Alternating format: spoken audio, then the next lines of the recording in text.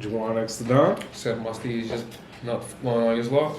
Bring y'all post-game review. Adelaide Crows versus Geelong Cats. At the Adelaide Oval. Yes, indeed. So, for me, coming in this game, honestly, I didn't care too much about this game. I don't think these teams are competing to be in the 8. I think they're both middle-of-the-pack teams, and I do think we got a middle-of-the-pack game. But that's not always a bad thing. I think the game had its entertaining moments. When you don't care about a game, you kind of have to find things to keep yourself interested. And for me, it was fantasy, and I had that boy Dempsey this weekend. Where Dempsey kind of let me. He played good, right? Rising star last week. Played good, but for my fantasy, bro, I don't know. That boy might get dropped. Hell no. So, initial thoughts on the game.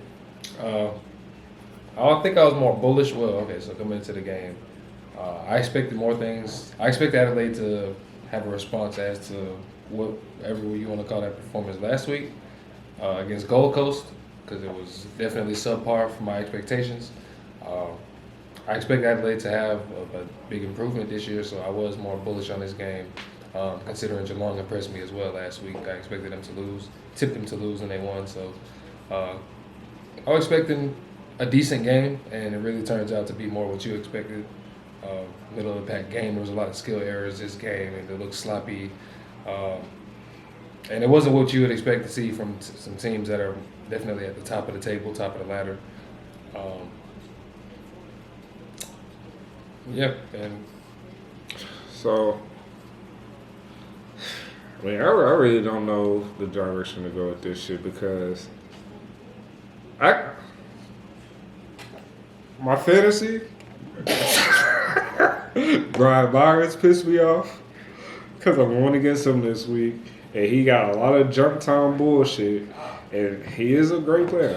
I do fuck with Brian Myers as a player, but as an opposition on my fantasy, it was not looking good. Look, I'm just going to break it down to y'all like this. I was going against Brian Myers, I was going against Tex Walker, and I was going against Isaiah Rankin.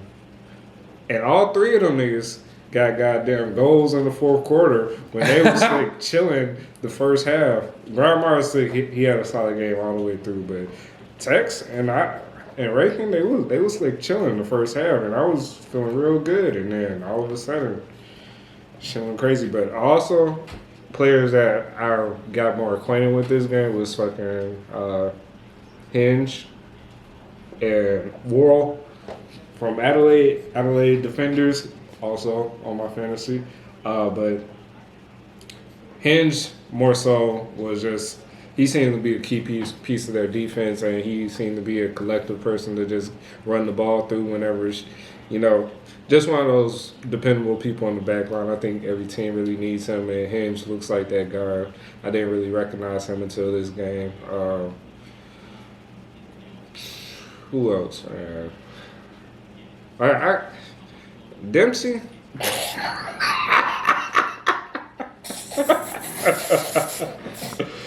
Oh man, Dempsey, the young bloke.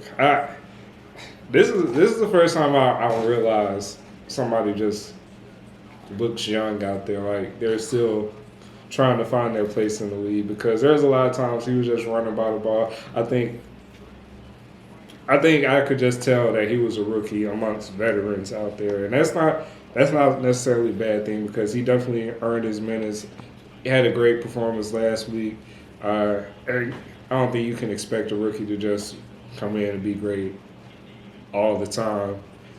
He's definitely trying to find his role there.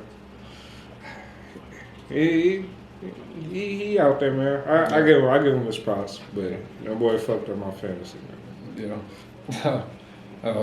Talking about fantasy, I was interested also in Jake Saligo. I wanted to get him because he came on at the end of the last game, late as a sub, I think, and he kind of energized the sluggish Adelaide team last week. So I was interested in seeing what he would bring this week, and he did actually have some nice moments in the midfield alongside with Jordan Dawson, and Matt Crouch seemed to be everywhere the whole moments of the game, and Sam Barry early before, while he was having most of his time on the field, he was having a lot of tackles. So I did like a little bit what I seen. Rory Laird was doing Rory Laird things, but Dangerfield impressed me these first 2 weeks too. I didn't expect him to come out the way he does, but I know he probably will slow down in the middle of the season.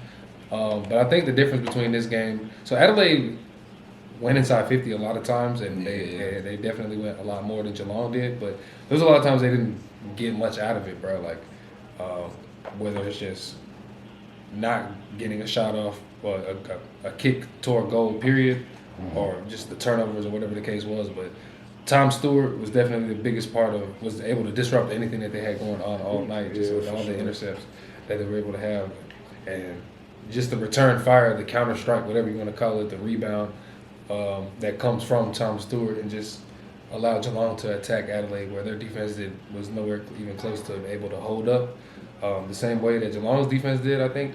And the pressure from Geelong was really good as well. So Adelaide wasn't able to match that or even able to stand up to it. And really on the complete opposite side of things, on the forward line of Geelong, there was no key defender back there that was able to stop Tom Hawkins at times and Jeremy Cameron. And there was times where they weren't as accurate either. But a lot of the times they were just getting the ball rushed behind when Geelong was forward. So it's just the pressure was there. And like McElhaney and was getting killed. Yeah. It was just the defenders in general were just getting smoked by the forwards, and it was just the youth versus the age and the experience, and the experience held up here. So yeah, I definitely agree with experience won Geelong the game, because it's not like, I wouldn't say Geelong just outplayed them. They just played smarter than them and just got them off balance and just knew when to attack, knew when to go into space. It was really just the simple things that won Geelong the game, and over a whole game it adds up, and you get a fucking 19-point lead. yeah. 19-point win. And I'll say, if you ever want to see what a defense will look like, the difference between defenses with like a great captain down back orchestrating the defense versus a team that is not doing that, this game reflects that very well, I would like to think. Yeah, for sure. Anything else? Oh, just to highlight, just Adelaide. So Adelaide did make a charge at the end of the game, though. They did. It was a possibility, but it was just the execution at the end. It was just not enough, bro. Just the kicks that they were able, like the slap. That's when the sloppiness really showed, when it was really time. Like the effort was there at the end, more so than it was in the beginning of the game. But it's like the harder that they tried, the worse it kind of was. Like Darcy Fogarty hitting the point post right in front of the goal, bro. And it was time. Like, y'all didn't have any room for error. Y'all already gave up sailed that boat a long time ago. So I'm still expecting more from Adelaide, but I'm greatly disappointed with them. Geelong, every time, and I'm still not learning my lesson with Geelong. It's like, all right, bro, they can't be straight like that. They're probably out of the 8, but I don't know. The most winning team in AFL, man. It's annoying as fuck. But, I think that's all I really got for the game. Yeah.